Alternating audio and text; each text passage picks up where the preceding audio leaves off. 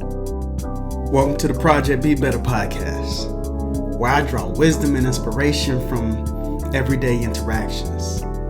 This is your host, Ray Sawyer. I've been blessed to learn a lot about leadership. One of the lessons that stands out most is from high school football. We had something called county fair in the summertime to get our conditioning ready before the start of the fall season. And during those 2 to 3 hour intensive sessions, we had exercise stations set up throughout the practice field that we just kept cycling through in small groups. One of the things that I noticed is that there was no timer to rotate to the next station. All the other stations had to keep going until the group that was at the head coach's station got finished. Coach Jones and the infamous rope drill. I soon learned that we all depended on the group at Coach Jones' station to get us through the excruciating experience as quickly as possible. And so what did I learn about leadership during this time? Well, being a great leader requires being a great follower. My first 2 years on the team, I watched the upperclassmen as they navigated the county fair. I saw them strategically organize the breakout groups to ensure that each had a chance to be successful. I witnessed them keep intensity high, which kept Coach excited, meaning that he would overlook some mistakes because we were giving it our best. So, when I was uncommonly selected as captain my junior year, I already had a playbook from those ahead of me on how to be a great leader. More tactically, being a great leader sometimes means putting others in a position of leadership, learning to lead from behind. My years of observation taught me that the fastest groups on the rope ladder were those that put a fast person in the front and the strongest leader in the back. So I did that.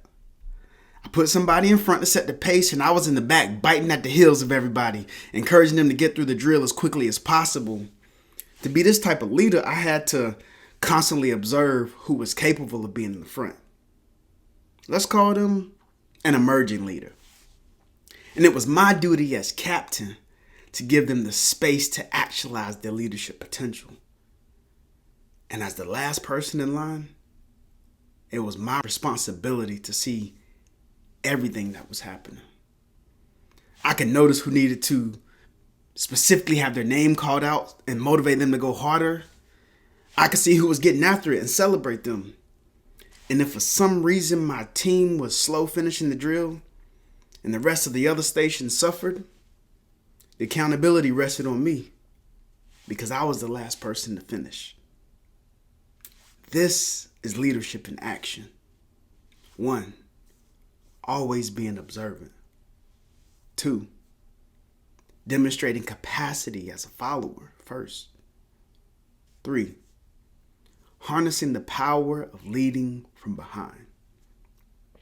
This is what my teenage self was noticing on that worn country practice field next to the grain bins in Camden County. And that's what I take with me every day, everywhere I go. So today, as you're going through your daily activities, I encourage you to go into the mental archives and identify those moments where you learned exceptional leadership from an unconventional environment. Apply it to whatever you're navigating and watch your leadership flourish to the next level. And that's how we continue on this journey. Project Be Better.